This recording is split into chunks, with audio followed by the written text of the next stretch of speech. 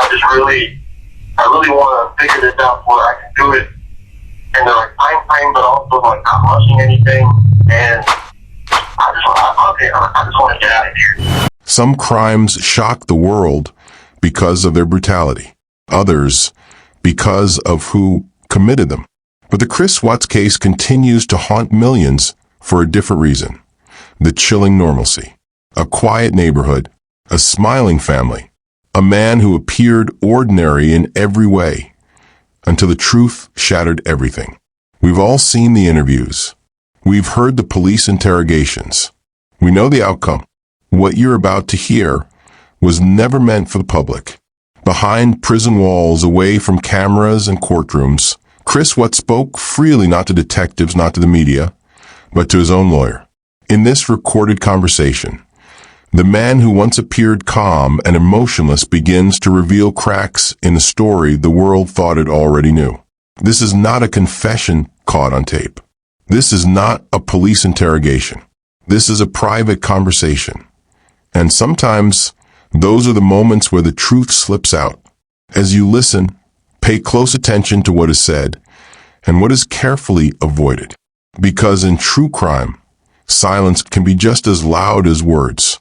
Before we begin, let's pause to honor the innocent lives at the center of this tragedy.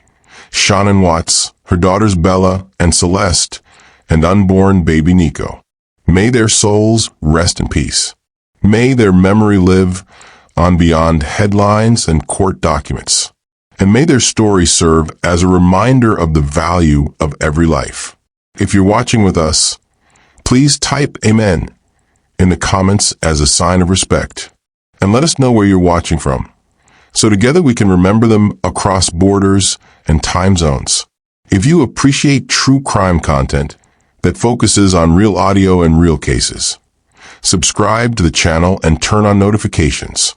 It helps this community grow and ensures these stories continue to be told with care, accuracy, and purpose. Is it just you, or is Anna on also? I'm here too. All right, cool. All right, so just talk to me. I don't want to be the one monopolizing the conversation. So tell me what you want to know from me, or just tell me what's on your heart. Well, just going to the law library as much as I have, I see a lot of cases. I've heard a lot of cases around here, guys. I've seen a lot of cases where the DA or the judge have had a lot of misconduct, but the judge has ruled say, well, it's not egregious enough, or it's not that that wow factor enough to really play in the defendant's favors. I'm looking at the things that I know. I mean, I've never dealt with a lot of people. It's all this. I mean, I'm winging it in a law library as I am, and God directed me through little things like through the poisonous tree, the drug law, and different cases that just they pop out of nowhere. But I know what God is put in front of me, and I see all these things that relate to my case. I just don't know how to frame this. Where when I do this 35 day, I've had this paperwork with me for probably a couple months, and I know I only have a year left to appeal some of those Class B and C felonies that's a 3-year limit or 2-year limit, and I really want to figure this out where I can do it in the right time frame, but also not rushing anything. And I just want to get out of here. I know that God has a plan for me, and it's to be in prison right now, but not stay here. Because He brought me here for a reason. But He also wants me to just put me outside. I know I just can't sit here and just wait for it. I know there's waiting, doing nothing, and there's waiting that seeking an action. But that's what I'm doing. But I also want to know what action to take, because I have no intellect when it comes to the law. But I know He can teach me, and that's what I'm just waiting for. Things that all clean. I still know how to do it. I got you. And you don't have the benefit of an attorney that is in your hip pocket, so to speak. Okay, I've got a couple of attorneys here I can talk to that can maybe help get some good results, get some good advice for you in terms of forms and what to say, things like that. That's not going to be an overnight process for me to, get the results, we want. It's going to take some time, but, I'm not saying overnight, but I am saying maybe several days or a week or so. So let me see what I can do along those lines. Because I know that you're in a tough spot, and it's how do you know how to do something when you don't know what it is you need to do? So it's tough. So I get it. It's a trial by error thing, but I know in the law, it's like, all right, you're gonna run into certain things where the motion's gonna get denied, or like whatever I write down, the judge might think, well, that's not that what you're claiming isn't enough to go back to. You're not warranted trial. You're not warranted to have the appeal granted, denied. I was like, well, how do I do that?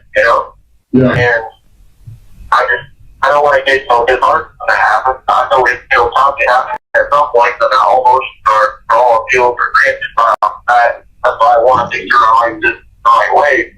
Where when it goes there, they see like, oh well, like, do I put everything down that I know, or just like, I don't want to put everything down so they know everything that I'm on. Well, okay. Let me address a couple of things in what you just said. First of all, you live in a closed society now. Every door is shut in your face. You cannot go from one. You go to one wall, you can't go further. You got to turn your left, you can't go any further. So you know what I'm saying? You're in this perpetual. This room with no door, so you cannot get through. You got that? You understand that? What I'm trying to say? So your world is controlled. You hear the word no probably more than you hear the word yes in that system. So one thing you need to be very accustomed to is being denied, being turned down, being told no. You with me? Yeah. Okay. Now, some people will lose hope very, very quickly because everywhere they turn, every time they talk to someone, they're hearing things they don't want to hear. They're being told no. You can't do this. You can't have that. You can't go here. You can't go there.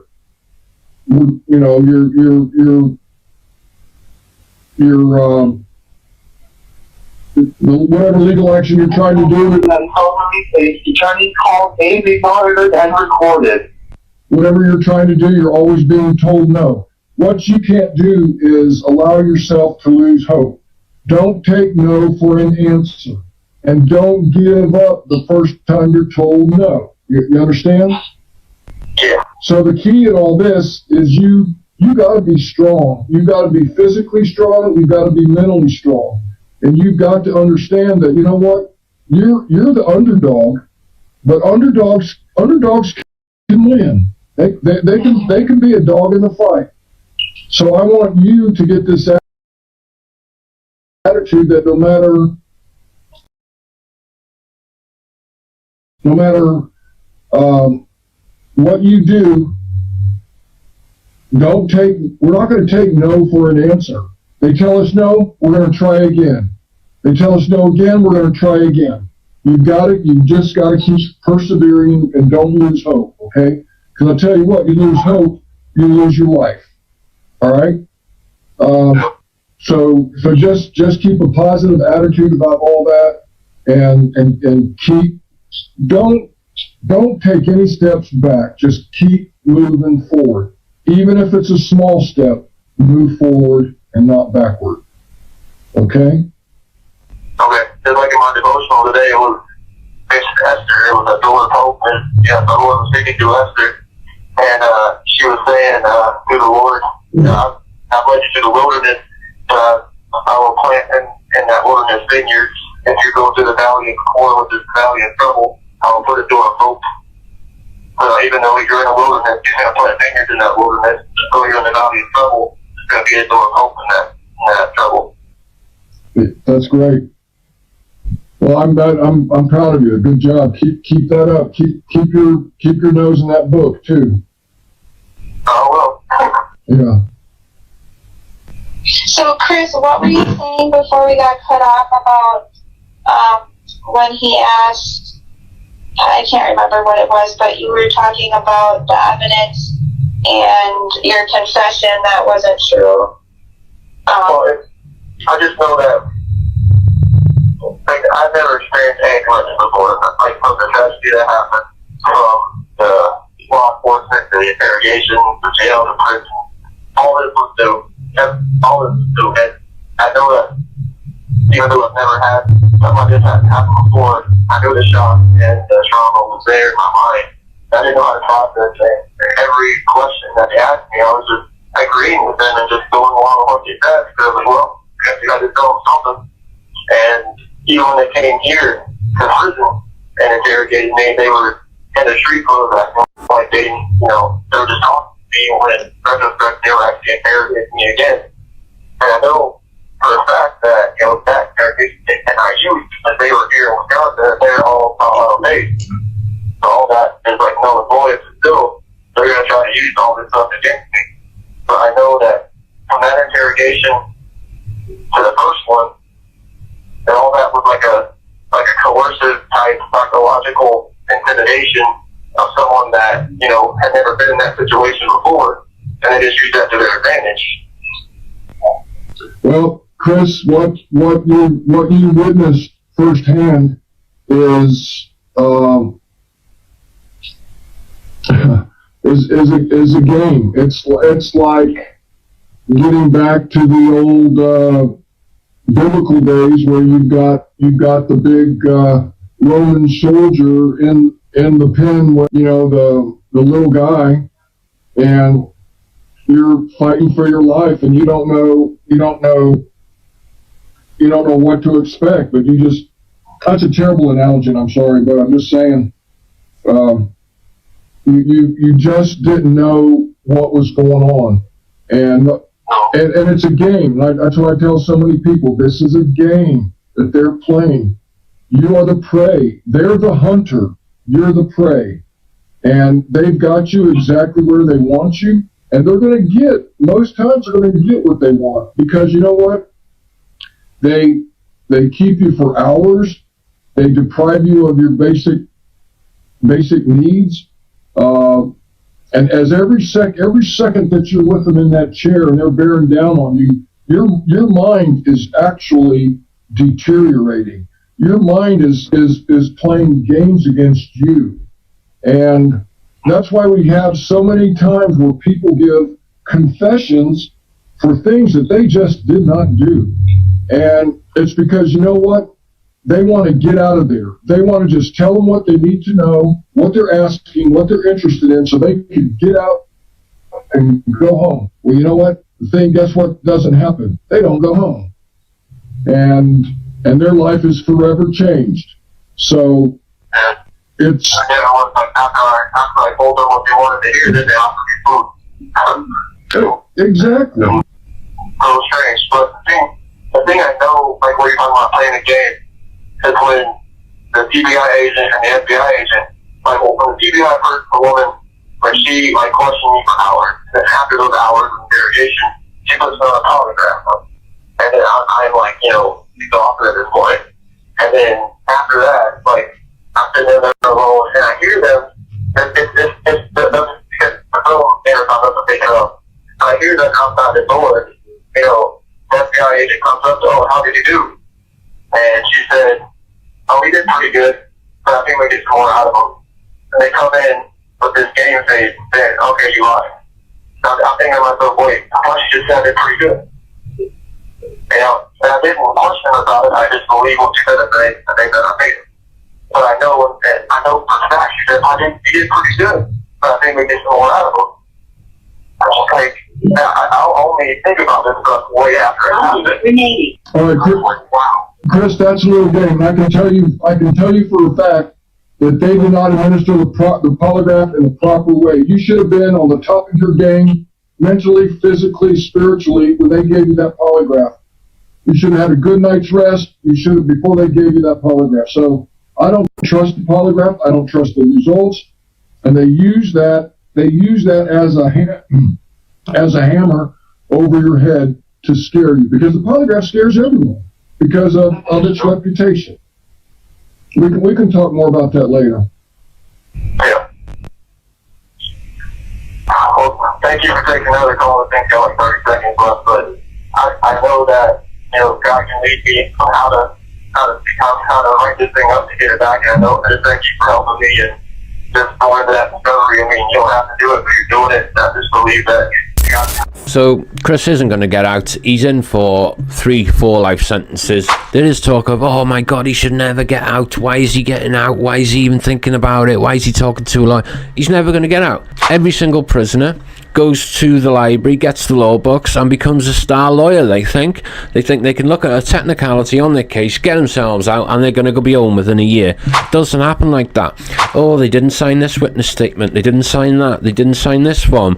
Evidence wasn't stored properly. It doesn't work like that. It's for genuine people who have genuine technicalities, genuine problems when they've been convicted. It's not for the likes of Chris Watts. At some point we'll be doing some live streams as well. That'll be good. I'm just trying to figure out Discord for the channel as well. Once again, I appreciate every single viewer, every one of you. Thank you for watching. I'll catch you on the next one. And remember, most of all, don't have nightmares.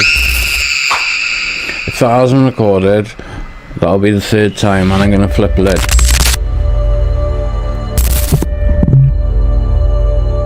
At some point I would like to do some live streams as well. I hope that was on. I swear to God. I've been looking at Summer Wells, Sebastian Rogers, Lillian Jack, I think. Madeline Soto. I'll have to double check that, but I think it's Lillian Jack. I'm trying to get the channel better each video I go along. Try to make an improvement on the scenery, as you can see behind me.